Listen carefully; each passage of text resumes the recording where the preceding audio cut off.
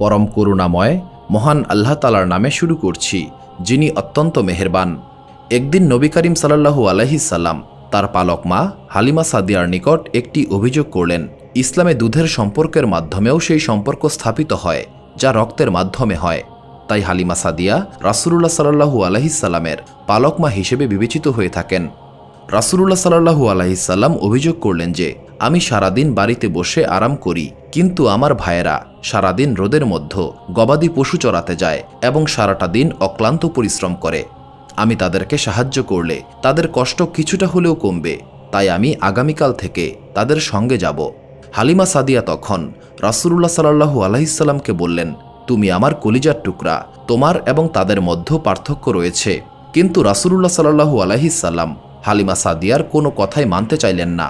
তিনি বললেন, আমি এটা কোনোভাবেই মানতে পারছি না যে একই ঘরে বসবাসকারী ভাইদের মধ্যে একজন আরামে থাকবে এবং বাকিরা কষ্ট করবে।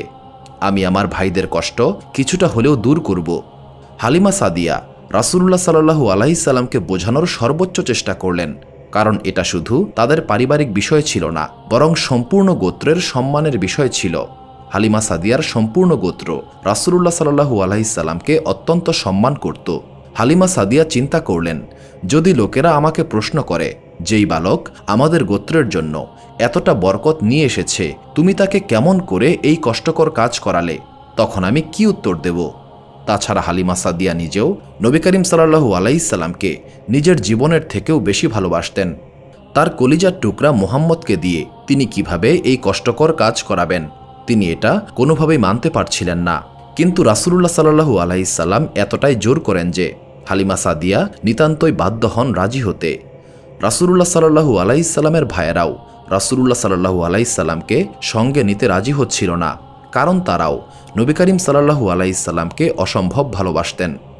তারা রাসূলুল্লাহ সাল্লাল্লাহু আলাইহি সাল্লামকে বললেন, আমাদের কষ্ট হলেও আমরা সহ্য করতে পারব, কিন্তু তোমার কষ্ট আমরা সহ্য করতে পারব না। কিন্তু আমাদের প্রিয় নবী সাল্লাল্লাহু আলাইহি সাল্লাম কারো কোনো কথাই শুনলেন না। পরের দিন থেকেই রাসূলুল্লাহ সাল্লাল্লাহু আলাইহি সাল্লাম একজন নেতার মতো নয়, বরং একজন সঙ্গীর মতো তার ভাইদের সঙ্গে যাওয়া শুরু করলেন। একদিনের ঘটনা, তিনি তার ভাইদের সঙ্গে ছাগল চরাতে গিয়েছিলেন। তখন এমন একটি ঘটনা ঘটল যা দেখে সবাই আতঙ্কিত হয়ে পড়েছিল। তারা ছাগল নিয়ে যেখানে অবস্থান করছিলেন সেখানে খুব নিকটেই একটি পাহাড় ছিল। হঠাৎ করে সেই পাহাড় থেকে দুইজন যুবক এসে উপস্থিত হলেন এবং রাসূলুল্লাহ সাল্লাল্লাহু আলাইহি সাল্লামের নিকটে এসে তার বাহু ধরে পাহাড়ের দিকে নিয়ে যেতে শুরু করলেন এবং পাহাড়ের উপরে গিয়ে রাসূলুল্লাহ সাল্লাল্লাহু আলাইহি সাল্লাম সহ অদৃশ্য হয়ে গেলেন। নবী করিম সাল্লাল্লাহু আলাইহি সাল্লামের ভাইয়েরা তখন সাহায্যের জন্য চিৎকার করতে করতে তাদের গোত্রের কাছে এলো। তারা কাঁদতে কাঁদতে হালিমা সাদিয়াকে বললেন, অবিশ্বাস্য একটি ঘটনা ঘটে গেছে। আমাদের সেই ভাই যাকে আপনি মক্কা থেকে নিয়ে এসেছেন, দুইজন অচেনা লোক তাকে নিয়ে পালিয়ে গেছে।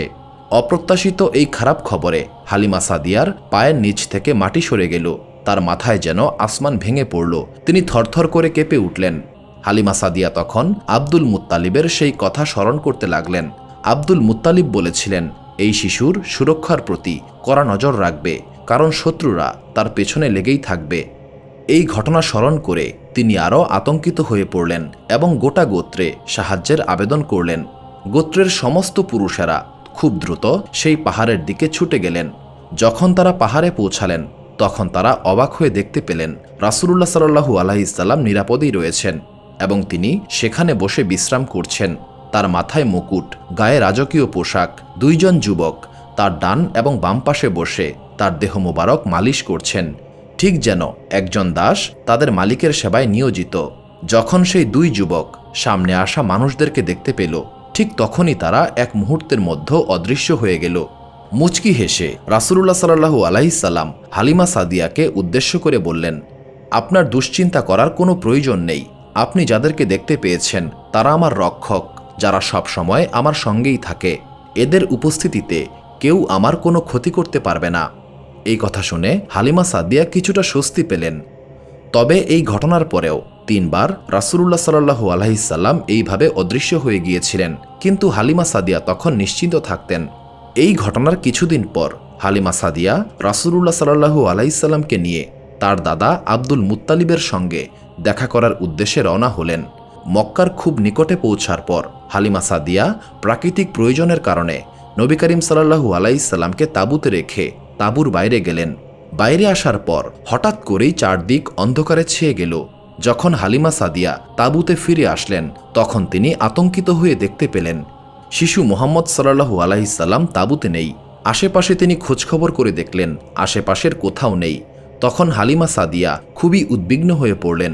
তিনি পাগলের মতো মুহাম্মদ সাল্লাল্লাহু আলাইহি সাল্লামকে খুঁজতে শুরু করলেন। খুঁজতে খুঁজতে তিনি মক্কা পর্যন্ত চলে গেলেন, কিন্তু রাসূলুল্লাহ সাল্লাল্লাহু আলাইহি সাল্লামকে কোথাও খুঁজে পেলেন না। অন্যদিকে আব্দুল মুত্তালিব খানায়ে কাবার নিকটেই বসেছিলেন।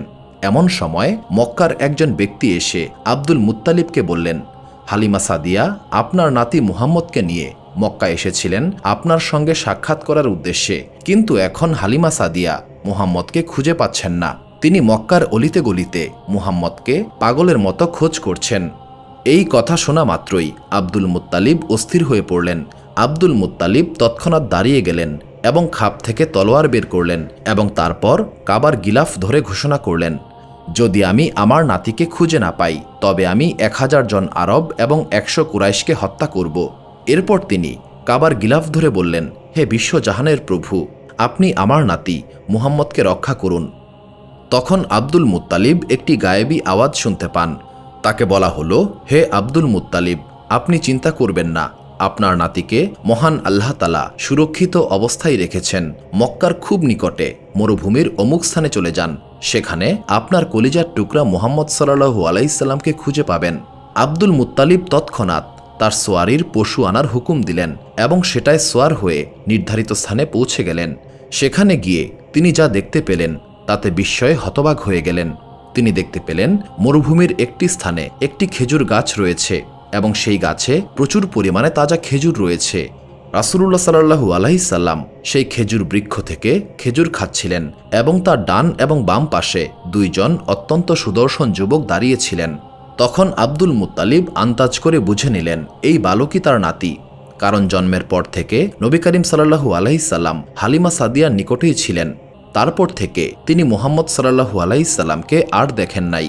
তবু আব্দুল মুত্তালিব কাছে গিয়ে রাসূলুল্লাহ সাল্লাল্লাহু আলাইহি সাল্লামকে জিজ্ঞাসা করলেন, তুমি কে? রাসূলুল্লাহ সাল্লাল্লাহু আলাইহি সাল্লাম নিজের বংশ পরিচয় তুলে ধরলেন। তিনি বললেন, আমি মুহাম্মদ ইবনে আবদুল্লাহ ইবনে আব্দুল মুত্তালিব, এবং বংশের ধারাবাহিকতা বর্ণনা করতে করতে তিনি হযরত আদম আলাইহিস সালাম পর্যন্ত বর্ণনা করলেন। তখন আব্দুল মুত্তালিব প্রশ্ন করলেন, তোমার সঙ্গে এই যুবকেরা কারা? রাসূলুল্লাহ সাল্লাল্লাহু আলাইহি সাল্লাম উত্তর দিলেন, এই 2 জন হচ্ছেন হযরত জিব্রাইল আলাইহিস সালাম এবং হযরত মিকাইল আলাইহিস সালাম। তারা সব সময় আমাকে সুরক্ষা প্রদান করেন। আব্দুল মুত্তালিব বললেন, আমি তোমাকে নিতে এসেছি। নবী করিম সাল্লাল্লাহু আলাইহি সাল্লাম বললেন, আমি তো আপনার জন্যই অপেক্ষা করছিলাম। এই দিকে নবী করিম সাল্লাল্লাহু আলাইহি সাল্লামের মাতা আমিনার কানেও এই খবর পৌঁছে গেল, তার কলিজার টুকরা মুহাম্মদ মরুভূমিতে হারিয়ে গেছে। এই খবরে তিনিও অস্থির হয়ে ঘর থেকে বাহিরে চলে আসলেন। অন্যদিকে আব্দুল মুত্তালিব নবী করিম সাল্লাল্লাহু আলাইহি সাল্লামকে নিয়ে মক্কায় প্রবেশ করলেন। কিছুক্ষণ পর নবী করিম সাল্লাল্লাহু আলাইহি সাল্লাম তার মা আমিনাকে দেখতে পেলেন এবং তিনি সরাসরি তার মায়ের নিকট চলে গেলেন এবং মায়ের কোলে উঠে পড়লেন।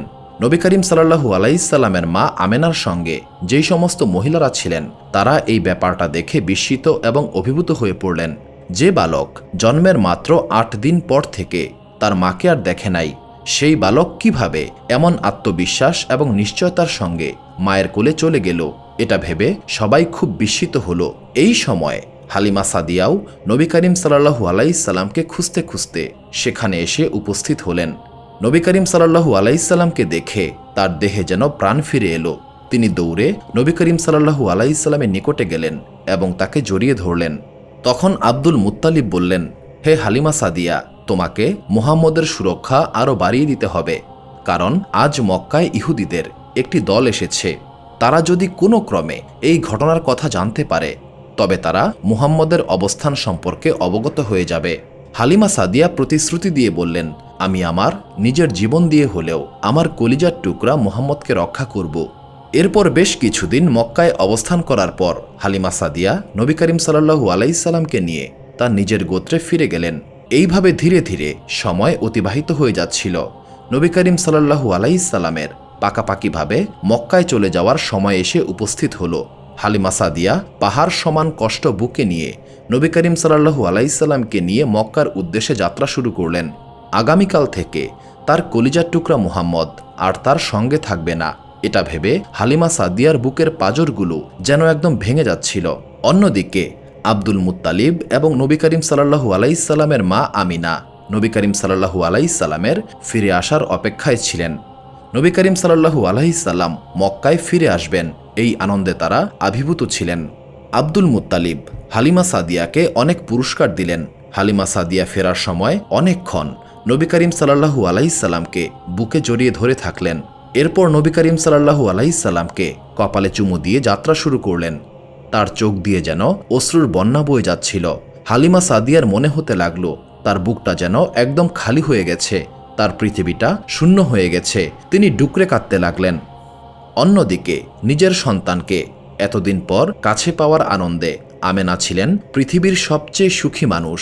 এতদিন পর তার এই কোল শূন্য ছিল, কিন্তু আজ তার পুত্র মুহাম্মদ তার শূন্য কোল পরিপূর্ণ করে দিয়েছে।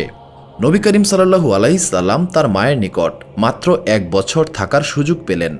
যখন নবী করিম সাল্লাল্লাহু আলাইহি সাল্লাম 6 বছরে পা রাখলেন, সেই সময়ে কোনো এক রাতে জনাবে আমিনা তার স্বামী আব্দুল্লাহকে স্বপ্নে দেখতে পেলেন।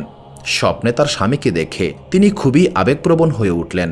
সকালে ঘুম থেকে ওঠার পর তিনি আব্দুল মুত্তালিবের নিকটে গিয়ে বললেন, আমি মদিনায় গমন করতে চাই, সেখানে আমার মা বাবা রয়েছেন, তাছাড়া সেখানে আমার পুত্র মুহাম্মদের পিতা আব্দুল্লাহর কবর রয়েছে, আমি সেই কবর জিয়ারত করতে চাই। আব্দুল মুত্তালিব অনুমতি দিলেন।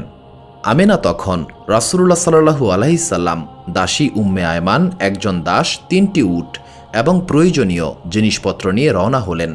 এই ছোট্ট কাফেলা মক্কা থেকে মদিনার উদ্দেশ্যে যাত্রা শুরু করল।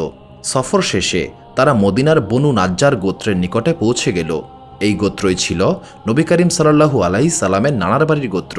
এটাই সেই গোত্র যারা নবী করিম সাল্লাল্লাহু আলাইহি সাল্লামকে মক্কা থেকে মদিনায় হিজরত করার পর আশ্রয় দিয়েছিল এবং নবী করিম সাল্লাল্লাহু আলাইহি সাল্লামকে সার্বিক সহযোগিতা করেছিল। বিবি আমেনা 1 মাস সেই গোত্রে অবস্থান করলেন এবং তার স্বামী ও রাসূলুল্লাহ সাল্লাল্লাহু আলাইহি সাল্লামের পিতা আব্দুল্লাহর কবর জিয়ারত করলেন। সেখানে কিছুদিন অবস্থান করার পর তিনি মক্কায় ফিরে যাওয়ার ইচ্ছা প্রকাশ করলেন। মদিনা থেকে মক্কার উদ্দেশ্যে এই ছোট্ট কাফেলা আবারও যাত্রা শুরু করল। মদিনা থেকে প্রায় 100 কিলোমিটার দূরত্বে পৌঁছানোর পর বিশ্রাম করার উদ্দেশ্যে কাফেলাটি যাত্রা বিরতি করল। তারা যে স্থানে যাত্রা বিরতি করেছিলেন সেই স্থানটি বর্তমানে আবওয়া নামে পরিচিত। এখানেই আমিনা এতটাই অসুস্থ হয়ে পড়লেন যে পুনরায় যাত্রা করার মতো অবস্থা তার আর ছিল না। ছোট্ট এই কাফেলাটি এখানেই অবস্থান করতে থাকে এবং আমিনার অসুস্থতা ক্রমেই বাড়তে থাকে। অবশেষে সেখানেই আমিনা ইন্তেকাল করেন। মাত্র 6 বছর বয়সে রাসূলুল্লাহ সাল্লাল্লাহু আলাইহি সাল্লামকে মায়ের বিচ্ছেদের আঘাত সহ্য করতে হয়েছে। আমিনাকে গভীর শ্রদ্ধার সঙ্গে সেই স্থানেই দাফন করা হয়। উম্মে আইমান 6 বছরের মুহাম্মদ সাল্লাল্লাহু আলাইহি সাল্লামকে নিয়ে মক্কার দিকে যাত্রা শুরু করলেন। রাসূলুল্লাহ সাল্লাল্লাহু আলাইহি সাল্লাম তার মা এবং তার মায়ের কবরকে কখনোই ভুলতে পারেননি। এই কারণেই হুদাইবিয়ার সময়ে যখন রাসূলুল্লাহ সাল্লাল্লাহু আলাইহি সাল্লাম মক্কার দিকে যাচ্ছিলেন, তখন এই স্থানের নিকটে পৌঁছালে তিনি কাফেলার দিক পরিবর্তন করার নির্দেশ দিয়েছিলেন। তিনি বলেছিলেন, আমার মায়ের কথা মনে পড়ছে, আমি তার কবরটা একবার দেখতে চাই। যখন রাসূলুল্লাহ সাল্লাল্লাহু আলাইহি সাল্লাম তার মায়ের কবরের নিকট পৌঁছালেন, তখন তিনি তার মায়ের কবর দেখে অশ্রুসিক্ত হয়ে পড়েছিলেন। যাই হোক, উম্মে আইমান রাসূলুল্লাহ সাল্লাল্লাহু আলাইহি সাল্লামকে নিয়ে মক্কায় ফিরে আসেন এবং তাকে তার দাদা আব্দুল মুত্তালিবের জিম্মায় দিয়ে দেন। এরপর রাসূলুল্লাহ সাল্লাল্লাহু আলাইহি সাল্লাম আরও 1 বছর তার দাদার সঙ্গেই থাকেন। এই সময়ে সেই ঘটনা ঘটে যা আমরা পূর্বের ভিডিওতে উল্লেখ করেছিলাম। ইহুদিরা রাসূলুল্লাহ সাল্লাল্লাহু আলাইহি সাল্লামকে নিমন্ত্রণ করে তাদের উদ্দেশ্য পূরণ করতে চেয়েছিল। ইহুদিরা নবী করিম সাল্লাল্লাহু আলাইহি সাল্লামকে হারাম খাবার খাওয়ানোর অপচেষ্টা করেছিল, কিন্তু তাদের সেই চেষ্টা মহান আল্লাহ তাআলা ব্যর্থ করে দেন। আপনি যদি সেই ঘটনা জানতে চান তবে আমাদের আগের ভিডিওটি দেখতে পারেন। আপনাদের সুবিধার জন্য এই ভিডিওর লিঙ্কটি ডিসক্রিপশন বক্সে এবং আই বাটনেও দেওয়া আছে। যখন রাসূলুল্লাহ সাল্লাল্লাহু আলাইহি সাল্লাম 7 বছরে পা দিলেন, তখন একটি উল্লেখযোগ্য ঘটনা ঘটে। এই ঘটনায় রাসূলুল্লাহ সাল্লাল্লাহু আলাইহি সাল্লাম এমন কিছু উপহার লাভ করেন যেই উপহার বাকি জীবন রাসূলুল্লাহ সাল্লাল্লাহু আলাইহি সাল্লামের সঙ্গেই ছিল। ঘটনাটি এমন, একবার নবী করিম সাল্লাল্লাহু আলাইহি সাল্লামের দাদা আব্দুল মুত্তালিব বাণিজ্যের উদ্দেশ্যে সিরিয়া গমন করেছিলেন। এমন সময় ইয়েমেনের বাদশাহ সৈফ মক্কা আক্রমণের ঘোষণা দেন এবং তিনি এটা বলেন মক্কাকে তিনি তার শাসনের অধিভুক্ত করে নেবেন। যখন আব্দুল মুত্তালিব বাণিজ্য শেষ করে মক্কায় ফিরে আসলেন, তখন তিনি জানতে পারলেন ইয়েমেনের বাদশাহ দূত পাঠিয়ে মক্কা আক্রমণের ঘোষণা দিয়েছেন। মক্কার মানুষেরা আব্দুল মুত্তালিবের নিকটে এসে তাদের বিপদের কথা বললেন। আব্দুল মুত্তালিব মক্কার মানুষের নিরাপত্তা নিশ্চিত করতে চাইলেন এবং তিনি বললেন, আমি নিজে ইয়েমেনের বাদশার নিকটে যাব এবং আমি আশা করছি তাকে আমি এটা বোঝাতে সক্ষম হব যে মক্কা মহান আল্লাহ তাআলার সম্মানিত শহর, এখানকার মানুষের উপর কোনো ধরনের কর আরোপ করা কিংবা অন্যায় করা উচিত হবে না। তিনি ছোট্ট একটি দল প্রস্তুত করলেন এবং মক্কা থেকে ইয়েমেনের উদ্দেশ্যে রওনা দিলেন। যাওয়ার আগে তিনি তার পুত্রদেরকে ডেকে মুহাম্মদ সাল্লাল্লাহু আলাইহি সাল্লামকে সঠিকভাবে যত্ন নেওয়ার কথা বললেন। তিনি আরও বললেন, যদি আমি ফিরে আসার পর শুনতে পাই তোমরা সঠিকভাবে মুহাম্মদের নিরাপত্তা বিধান করনি, তবে আমি পিতা হয়ে পুত্রদের বিরুদ্ধে অস্ত্র ধারণ করব। এরপর আব্দুল মুত্তালিব তার কাফেলা নিয়ে ইয়েমেনের উদ্দেশ্যে রওনা হলেন। অন্যদিকে ইয়েমেনের বাদশাহ তিনি তার সৈন্যদেরকে কঠোরভাবে নির্দেশ দিয়েছিলেন, আমি কিছুদিন একান্তে বিশ্রাম করব। আমার বিশ্রাম শেষ হলে আমি মক্কার ব্যাপারে সিদ্ধান্ত নেব। আমার বিশ্রামের সময়ে কেউ যেন আমার বিশ্রাম মহলে প্রবেশ করতে না পারে, এমনকি আমার সন্তানরাও নয়। অন্যদিকে আব্দুল মুত্তালিব তার কাফেলা নিয়ে কয়েকদিনের মধ্যেই যাত্রা শেষ করে ইয়েমেনে পৌঁছে গেলেন। অতঃপর তিনি রাজপ্রাসাদে চলে গেলেন এবং একজন সৈনিককে বললেন, তোমাদের বাদশাকে এই সংবাদ দাও, আমি মক্কা থেকে তার সঙ্গে সাক্ষাতের উদ্দেশ্যে এসেছি এবং তাকে এটাও বলবে আমার নাম আব্দুল মুত্তালিব। তখন সৈনিকটি বলল, আমাদের বাদশাহ এখন বিশ্রামে রয়েছেন, উনি নির্দেশ দিয়েছেন তাকে যেন বিরক্ত না করা হয়। এখন আমি যদি এই খবর নিয়ে যাই তবে বাদশাহ আমাকে হত্যা করবেন। সৈনিকের এই কথা শুনে আব্দুল মুত্তালিব সেই সৈনিকের হাতে 100 স্বর্ণমুদ্রা দিয়ে বললেন, এটা আমার পক্ষ থেকে পুরস্কার, আমি প্রতিশ্রুতি দিচ্ছি যে তোমার কোনো ক্ষতিই হবে না, যদি হয় তবে আমি নিজ দায়িত্বে তা পূরণ করে দেব। এত পরিমাণ স্বর্ণমুদ্রা এই সৈনিক কোনোদিন স্বপ্নেও দেখে নাই। এই পরিমাণ স্বর্ণমুদ্রা দেখে সেই সৈনিক এক মুহূর্তের জন্যই ভুলে গেল সে কত বড় ঝুঁকি নিচ্ছে। সে প্রাসাদের ভিতরে প্রবেশ করল এবং দেখতে পেল বাদশাহ বিশ্রাম করছেন। সেই সৈনিক বলল, জাহাপনা, মক্কা থেকে একজন সম্মানিত ব্যক্তি এসেছেন এবং তিনি আপনার সঙ্গে সাক্ষাৎ করার অনুমতি প্রার্থনা করছেন। বাদশাহ তখন জিজ্ঞাসা করলেন, সেই ব্যক্তির নাম কি? সৈনিক বলল, তার নাম আব্দুল মুত্তালিব। নামটা শোনার সঙ্গে সঙ্গে ইয়েমেনের বাদশার মনে হলো তিনি যেন এই আগন্তুকের জন্যই অপেক্ষা করছিলেন, অথচ বাদশাহ বলেছিলেন, আমি বিশ্রাম নেওয়ার সময় যদি কেউ আমাকে বিরক্ত করো তবে আমি তাকে হত্যা করব, এমনকি সে যদি আমার পুত্রও হয়। ইয়েমেনের বাদশাহ তার সেই কথা ভুলে গেলেন। তিনি সৈনিককে বললেন, তাকে সসম্মানে আমার নিকট নিয়ে এসো। ইয়েমেনের বাদশার এমন কথায় বোঝা গেল মক্কা আক্রমণের পরিকল্পনার পেছনে তার কোনো উদ্দেশ্য ছিল। তার নিকট মক্কা থেকে কোনো ব্যক্তি আসবে, তিনি যেন এটার জন্যই অপেক্ষা করছিলেন। এইদিকে সৈনিক আব্দুল মুত্তালিবের নিকটে এসে বলল, বাদশাহ আপনার সঙ্গে দেখা করতে সম্মত হয়েছেন, আপনি ভেতরে চলুন। সৈনিক নিজেই বিস্মিত ছিল। সে মনে মনে ভাবছিল, বাদশাহ তাকে সম্মান দিতে বলেছেন, ইনি মক্কার এমন কে? যাই হোক, আব্দুল মুত্তালিবকে অত্যন্ত সম্মানের সঙ্গে বাদশার দরবারে নিয়ে যাওয়া হলো। ইয়েমেনের বাদশাহ আব্দুল মুত্তালিবকে অভ্যর্থনা জানালেন এবং আব্দুল মুত্তালিবকে আসন গ্রহণ করতে বললেন। বাদশার আসনের এক পাশে খোলা তলোয়ার এবং অন্য পাশে মদের পাত্র ছিল। ইয়েমেনের বাদশাহ আব্দুল মুত্তালিবকে উদ্দেশ্য করে বললেন, মক্কায় এমন একটি শিশুর জন্ম হবে যে শিশুর জন্মের আগেই তার পিতা ইন্তেকাল করবে।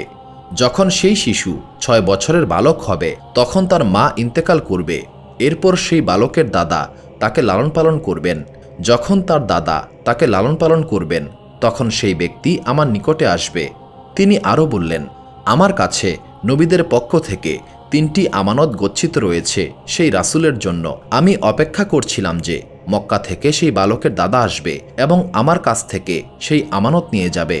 বাদশাহ আরও বললেন, সেই বালকের একটি চিহ্ন রয়েছে যা তার পরিচয় বহন করে। তার দুই কাঁধের মাঝে নবুয়তের সিলমোহর থাকবে। সেই বালককে আপনি যদি মক্কায় দেখতে পান তবে আমাকে সঙ্গে সঙ্গে জানাবেন, আমি তার জন্যই অপেক্ষা করছি। আব্দুল মুত্তালিব নিশ্চিতভাবেই বুঝতে পারলেন যে বাদশাহ রাসূলুল্লাহ সাল্লাল্লাহু আলাইহি সাল্লামের কথাই বলছেন, কিন্তু তিনি ভাবছিলেন কিভাবে এই ব্যাপারটা ব্যাখ্যা করবেন। আব্দুল মুত্তালিব এটা সরাসরি বলতে পারলেন না যে আপনার বর্ণিত সেই বালক আমার নাতি, কারণ বাদশাহ যদি মনে করে আমানতের কথা শুনে তিনি নিজেই এই দাবি করছেন, তাহলে ভুল বোঝাবুঝির সৃষ্টি হতে পারে। আবার তিনি এটাও বলতে পারছেন না যে যখন সেই শিশু আসবে তখন তিনি তা জানাবেন, কারণ তাহলে এটা ভুল প্রতিশ্রুতি হবে। এবার বাদশাহ মুচকি হাসলেন এবং বললেন, এটা শুধু আমার অনুমান নয়, এটা বরং আমার বিশ্বাস। সেই বালকের দাদা আপনি নিজে, এবং সেই বালক ইতিমধ্যেই আপনার বাড়িতে জন্ম নিয়েছে। আব্দুল মুত্তালিব উত্তর দিলেন, আপনি যে চিহ্নের কথা বলছেন সেটার ভিত্তিতে সেই বালক আমার নাতি।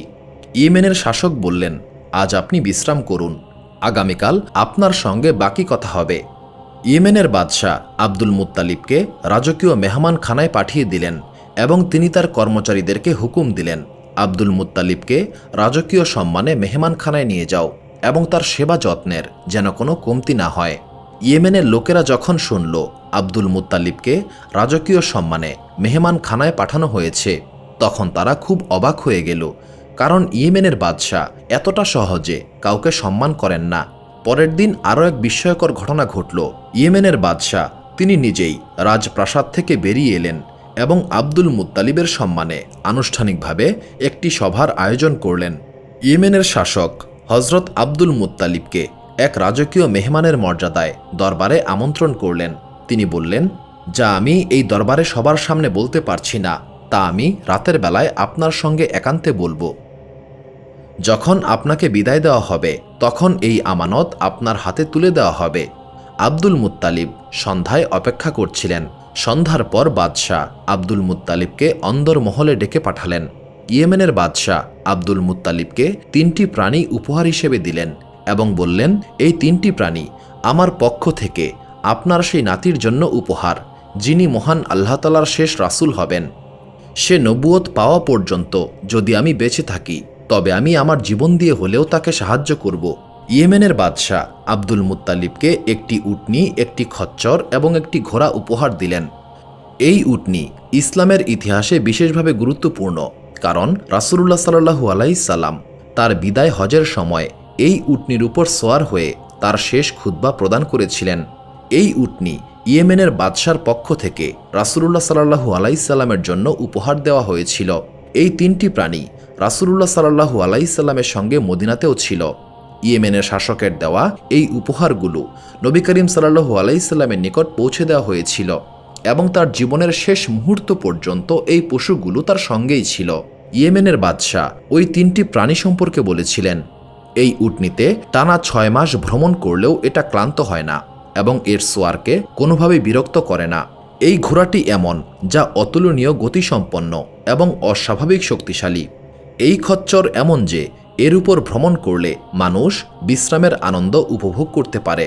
তিনি আরও বলেন, এই 3টি উপহার বিশেষভাবে আপনাদের জন্য, এবার এগুলো সঙ্গে নিয়ে যান। আগামী বছর যখন আপনি আবার আসবেন তখন আমি আপনাকে একটি গুরুত্বপূর্ণ গোপন তথ্য জানাবো। এটা নবীদের সত্য ঘটনাগুলোর মধ্যে একটি এবং এই তথ্য আমার বুকে খুবই সুরক্ষিত অবস্থায় রয়েছে। আমি তা আপনাকে জানাবো যাতে আপনি আপনার পরিবারের মানুষদেরকে এই গোপন তথ্য জানাতে পারেন। তিনি হজরত আব্দুল মুত্তালিবকে বললেন, আপনার নাতিকে খুবই সাবধানে রাখবেন, তার সুরক্ষার ব্যাপারে সর্বোচ্চ গুরুত্ব দেবেন এবং আগামী বছর অবশ্যই আমার সঙ্গে সাক্ষাৎ করবেন। মনে রাখবেন, আমি ইতিমধ্যেই সেই বালকের নবুয়তের প্রতি বিশ্বাস স্থাপন করেছি। যদি আমি জীবিত থাকি তবে আমি তার জন্য তলোয়ার হাতে তুলে নেব এবং তাকে সাহায্য করব। রাজপ্রাসাদ থেকে বিদায় নিয়ে আব্দুল মুত্তালিব মক্কার উদ্দেশ্যে রওনা দিলেন এবং দীর্ঘ পথ অতিক্রম করে মক্কায় পৌঁছালেন।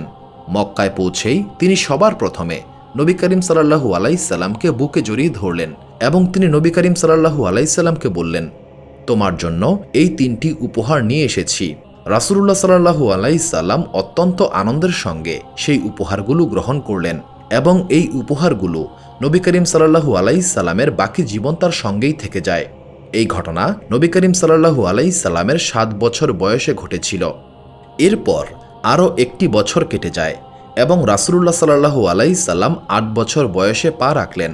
সেই সময়ে মক্কায় এক ভয়াবহ দুর্ভিক্ষ শুরু হয়েছিল। লোকেরা একটু খাবারের আশায় হাহাকার করছিল। রাসূলুল্লাহ সাল্লাল্লাহু আলাইহি সাল্লামের বংশের একজন মহিলা, যিনি বনু হাশিম গোত্রের একজন এবং সম্পর্কে নবী করিম সাল্লাল্লাহু আলাইহি সাল্লামের ফুফু, তিনি স্বপ্নে দেখলেন, যতক্ষণ পর্যন্ত তোমরা আব্দুল্লাহর এতিম সন্তানের মাধ্যমে দোয়া না করবে ততক্ষণ পর্যন্ত মক্কার মানুষের কষ্ট দূর হবে না। বনু হাশিম গোত্রের জন্য এটা খুবই গুরুত্বপূর্ণ বার্তা হয়ে দাঁড়ালো। পরদিন যখন এই স্বপ্নের কথা মক্কায় প্রচারিত হয়ে গেল, তখন সবাই বনু হাশিম গোত্রকে অনুরোধ করছিল যেন নবী করিম সাল্লাল্লাহু আলাইহি সাল্লাম দোয়া করেন। নবী করিম সাল্লাল্লাহু আলাইহি সাল্লামকে সঙ্গে নিয়ে সবাই মক্কার বাইরে গেলেন। সেখানে নবী করিম সাল্লাল্লাহু আলাইহি সাল্লাম দোয়া করলেন। মহান আল্লাহ তাআলা দোয়া কবুল করলেন। মহান আল্লাহ তাআলার রহমতের বৃষ্টি শুরু হলো। তবে আবু জেহেল এবং তার সঙ্গীরা, যারা বনু হাশিম গোত্রকে হিংসা করত, তারা এই কাণ্ড দেখে হিংসার আগুনে জ্বলতে লাগল। কারণ তারা দেখতে পাচ্ছিল সমস্ত সম্মান ও মর্যাদা এই পরিবারকেই দেওয়া হচ্ছে। রাসূলুল্লাহ সাল্লাল্লাহু আলাইহি সাল্লাম তার জীবনের 8ম বছরে আরও একটি বড় আঘাত সহ্য করেন। তখন তার বয়স হয়েছিল 8 বছর 8 মাস। আব্দুল মুত্তালিব আবারও ইয়েমেন যাওয়ার জন্য প্রস্তুতি নিচ্ছিলেন এবং তিনি এবার রাসূলুল্লাহ সাল্লাল্লাহু আলাইহি সাল্লামকে সঙ্গে নেওয়ার ব্যাপারে মনস্থির করলেন। কারণ তিনি ইয়েমেন থেকে ফিরে আসার 1 বছর পূর্ণ হতে চলেছে। তিনি সেখানে গিয়ে ইয়েমেনের বাদশার নিকট থেকে সেই গোপন রহস্যটিকে জানতে চাইলেন। কিন্তু মহান আল্লাহ তাআলা সেই গোপন রহস্যটিকে গোপনই রাখতে চাইলেন। মহান আল্লাহ তাআলাই ভালো জানেন ইয়েমেনের বাদশাহ আব্দুল মুত্তালিবকে কি বলতে চেয়েছিলেন। ইয়েমেনের উদ্দেশ্যে যাত্রা করার কিছুদিন পূর্বেই আব্দুল মুত্তালিব অসুস্থ হয়ে পড়লেন। দিন দিন আব্দুল মুত্তালিবের অসুস্থতা বেড়েই যাচ্ছিল। অসুখের কারণে আব্দুল মুত্তালিব প্রায়ই অচেতন হয়ে থাকতেন। আব্দুল মুত্তালিব হঠাৎ চোখ খুললেন এবং চারদিকে তাকিয়ে তিনি কাউকে খুঁজছেন বলে মনে হলো। কেউ একজন জিজ্ঞাসা করল, আপনি কাকে খুঁজছেন? আব্দুল মুত্তালিব কোনো উত্তর দিলেন না। তিনি আবারও এদিক সেদিক তাকাতে শুরু করলেন এবং তার চোখ পড়ল মুহাম্মদ সাল্লাল্লাহু আলাইহি সাল্লামের দিকে। নবী করিম সাল্লাল্লাহু আলাইহি সাল্লাম তার দিকেই এগিয়ে আসছিলেন এবং আবু লাহাব তার পথ আটকে দিচ্ছিল। যদিও আব্দুল মুত্তালিব প্রায় অচেতন অবস্থায় ছিলেন এবং তিনি কথা বলতে পারছিলেন না, কিন্তু এরপরেও তার চেহারায় প্রচণ্ড ক্রোধ ফুটে উঠল। তিনি কঠোর কণ্ঠে আবু লাহাবকে ধমক দিয়ে বললেন, সাবধান, ভবিষ্যতে মুহাম্মদের কোনো কাজে বাধার সৃষ্টি করবে না। মক্কার সকল লোক আব্দুল মুত্তালিবকে দেখতে এসেছিলেন। আবু লাহাব আব্দুল মুত্তালিবের এই কথায় অপমান বোধ করলেন, কিন্তু বাধ্য হয়ে পিছিয়ে গেলেন। আব্দুল মুত্তালিব আদেশ দিলেন, মুহাম্মদকে আমার নিকটে নিয়ে এসো, আমি তার জন্যই অস্থির হয়ে আছি। রাসূলুল্লাহ সাল্লাল্লাহু আলাইহি সাল্লাম সামনে এগিয়ে আসলেন। আব্দুল মুত্তালিব তখন তাকে নিজের বুকের সঙ্গে চেপে ধরলেন এবং বললেন, আমি এখন শান্তি অনুভব করছি। এরপর আব্দুল মুত্তালিব বললেন, আমার মৃত্যুর পর মুহাম্মদের দেখাশোনা করবে আবু তালিব এবং আমার পর সেই হবে বনু হাশিম গোত্রের প্রধান। আবু তালিব শুধুমাত্র মক্কার নেতৃত্বই পেলেন না, বরং তিনি আরও একটি বড় দায়িত্ব পেয়ে গেলেন এবং তা হচ্ছে তিনি রাসূলুল্লাহ সাল্লাল্লাহু আলাইহি সাল্লামের অভিভাবক হওয়ার মর্যাদা লাভ করলেন। এরপর আবু তালিবকে আব্দুল মুত্তালিব বললেন, তুমি আমাকে প্রতিশ্রুতি দাও, যদি মুহাম্মদের উপর কোনো বিপদ আসে তবে তুমি তোমার সম্পদ, সম্মান, জীবন এবং সন্তানদেরকে পর্যন্ত উৎসর্গ করতে দ্বিধাবোধ করবে না। আবু তালিব আব্দুল মুত্তালিবকে প্রতিশ্রুতি দিলেন। এরপর হযরত আব্দুল মুত্তালিব উপদেশ দিলেন, তুমি নিজের জীবন দিয়ে হলেও মুহাম্মদকে রক্ষা করবে, বিশেষ করে ইহুদি এবং কুরাইশ শত্রুদের থেকে খুবই সতর্ক থাকবে। আবু তালিব বললেন, আমার জীবন এবং আমার সন্তানদের থেকেও আমার ভাতিজা মুহাম্মদ আমার নিকট অনেক বেশি মূল্যবান। এরপর আব্দুল মুত্তালিব রাসূলুল্লাহ সাল্লাল্লাহু আলাইহি সাল্লামের হাত আবু তালিবের হাতে তুলে দিয়ে বললেন, হে কুরাইশের লোকেরা, আমার প্রতি তোমাদের কি কোনো অভিযোগ রয়েছে? তখন সকল কুরাইশরা একত্রে বলল, আপনার কারণেই আমরা সম্মানিত হয়েছি, আপনার জন্যই গোটা আরব আমাদের শ্রদ্ধা করে, আপনার উপর আমাদের কোনো অভিযোগ নেই। তখন আব্দুল মুত্তালিব বললেন, যদি তাই হয় তবে আমার নাতিকে তোমরা সাহায্য করবে এবং আমার নাতিকে সুরক্ষা প্রদান করবে। আব্দুল মুত্তালিবের ইন্তেকালের পর রাসূলুল্লাহ সাল্লাল্লাহু আলাইহি সাল্লাম তার চাচা আবু তালিবের নিকট থাকতে শুরু করলেন। এই সময় আবু তালিব মক্কার নেতৃত্ব গ্রহণ করেন। রাসূলুল্লাহ সাল্লাল্লাহু আলাইহি সাল্লাম যখন আবু তালিবের বাড়িতে অবস্থান করতে শুরু করেন, তখন থেকেই আবু তালিব রাসূলুল্লাহ সাল্লাল্লাহু আলাইহি সাল্লামকে তার হৃদয়ের সবটুকু ভালোবাসা দিয়ে লালন পালন করতে লাগলেন। আবু তালিব রাসূলুল্লাহ সাল্লাল্লাহু আলাইহি সাল্লামকে নিজের বিছানাতেই শোয়াতেন এবং একটি চাদর দিয়ে ঢেকে রাখতেন, যাতে কোনো শত্রু তাকে আক্রমণ করতে না পারে। তার বাড়িতে বিশেষ আদেশ জারি ছিল, যতক্ষণ না পর্যন্ত আমার ভাতিজা মুহাম্মদ খাওয়ার জন্য দস্তরখানে বসবেন, ততক্ষণ পর্যন্ত বাড়ির কেউ খেতে পারবে না। রাসূলুল্লাহ সাল্লাল্লাহু আলাইহি সাল্লাম যখন কোনো খাবার স্পর্শ করতেন কিংবা খেতে শুরু করতেন, তখন সেই খাবারে অবিশ্বাস্য রকমের বরকত নেমে আসত। আবু তালিব এই বিষয়টি জানতেন এবং তিনি এই কারণে কাউকে কখনোই রাসূলুল্লাহ সাল্লাল্লাহু আলাইহি সাল্লামের আগে খেতে দিতেন না। অন্যদিকে আবু তালিবের স্ত্রী জনাবে ফাতিমা বিনতে আসাদও বলতেন, আমি বারবার অনেক অলৌকিক ঘটনা দেখতে পেয়েছি। তিনি বলেন, আমাদের বাড়িতে খেজুরের একটি শুকনো গাছ ছিল। একদিন নবী করিম সাল্লাল্লাহু আলাইহি সাল্লাম বাড়ির উঠোনে এলেন এবং সেই বৃক্ষের নিকটে গিয়ে হাত রাখলেন। সঙ্গে সঙ্গে খেজুরের গাছটি তরতাজা হয়ে উঠল এবং তাতে খেজুর জন্মালো। ফাতিমা বিনতে আসাদ বলেন, এরপর থেকে গাছটি প্রচুর পরিমাণে খেজুর দিত। আমি সেই খেজুরগুলোকে বাড়ির লোকদেরকে খাওয়াতাম। একদিন এমন হলো, সেই গাছে কোনো খেজুর হলো না। এতে আমরা সবাই দুশ্চিন্তাগ্রস্ত হয়ে পড়েছিলাম, কারণ আমরা এই খেজুর খেতে খেতে অভ্যস্ত হয়ে পড়ছিলাম। কিছুক্ষণ পর আমার ভাতিজা মুহাম্মদ বাড়িতে এলেন। আমি তাকে এই ঘটনা সম্পর্কে বললাম এবং একরকম অভিযোগ করলাম, এই গাছটি আর খেজুর দিচ্ছে না। তখন মুহাম্মদ সাল্লাল্লাহু আলাইহি সাল্লাম ওই গাছের দিকে এগিয়ে গেলেন। ফাতেমা বিনতে আসাদ বলেন, আমি অবাক হয়ে দেখলাম ওই খেজুর গাছের শাখাগুলো নত হয়ে রাসূলুল্লাহ সাল্লাল্লাহু আলাইহি সাল্লামের মুখের কাছে এলো। রাসূলুল্লাহ সাল্লাল্লাহু আলাইহি সাল্লাম গাছটিকে কিছু একটা বললেন, সঙ্গে সঙ্গে তাতে খেজুর জন্ম নিল। এরপর আমার ভাতিজা আমাকে বলল, চাচি, এখন থেকে এই গাছে খেজুর না থাকার কোনো অভিযোগ আর আপনার থাকবে না। এই কথা বলে রাসূলুল্লাহ সাল্লাল্লাহু আলাইহি সাল্লাম সামনে এগিয়ে গেলেন। তখন আমি হাত তুলে মহান আল্লাহ তাআলার কাছে প্রার্থনা করলাম, হে বিশ্বজাহানের প্রভু, আমাকে এমন একটি সন্তান দান করুন যে মুহাম্মদের মতো হবে এবং সব সময় তার সঙ্গী হয়ে থাকবে।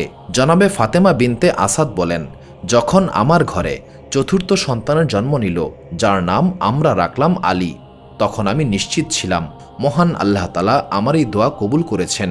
এই দিকে রাসূলুল্লাহ সাল্লাল্লাহু আলাইহি সাল্লাম এই বাড়িতে এমনভাবে অবস্থান করছিলেন যে আবু তালিব তাকে পিতার মতোই ভালোবাসা দিতেন এবং ফাতিমা বিনতে আসাদ প্রকৃত মায়ের মতোই তাকে আদর করতেন। সুপ্রিয় দর্শক মণ্ডলী, প্রতিদিন নতুন নতুন ভিডিও পেতে আমাদের চ্যানেলটি অবশ্যই সাবস্ক্রাইব করুন এবং পাশে থাকা বেল আইকনটি প্রেস করতে অবশ্যই ভুলবেন না, এবং সেই সাথে আপনার যে কোনো মতামত আমাদের জানাতে আমাদের ভিডিওতে অবশ্যই কমেন্ট করুন। আশা করি আপনারা সবাই ভালো থাকবেন এবং সুস্থ থাকবেন। আসসালামু আলাইকুম।